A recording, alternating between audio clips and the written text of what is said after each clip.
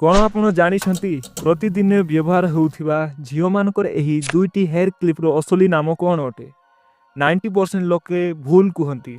चलंतु 1 minute रे सठिक नाम कौन शिखि नेबा। आपण माने असंख्य थर एही हेयर क्लिप गुडा को देखिथिबे। चलंतु सेही क्लिप गुडा को एक्चुअली रे कौन कहा जाय जानिबा।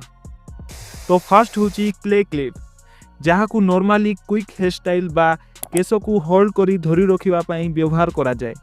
भारत रे लोके एहा को क्लेचर बोली मध्य कहि थांती, बट एहारो रियल इंग्लिश नाम हेउची क्ले क्लिप।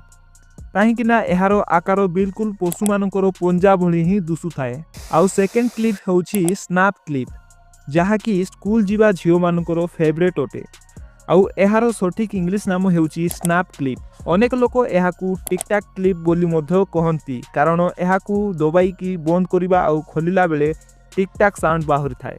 तो आजी ठू मने रखंतु क्ले क्लिप आउ स्नैप बा टिक टाक क्लिप कहा को कुहा जाए। एमिति इजी इंग्लिश वर्ड्स मु प्रतिदिन आनिबा को चेष्टा करिवि। सब्सक्राइब निग English for daily smart English.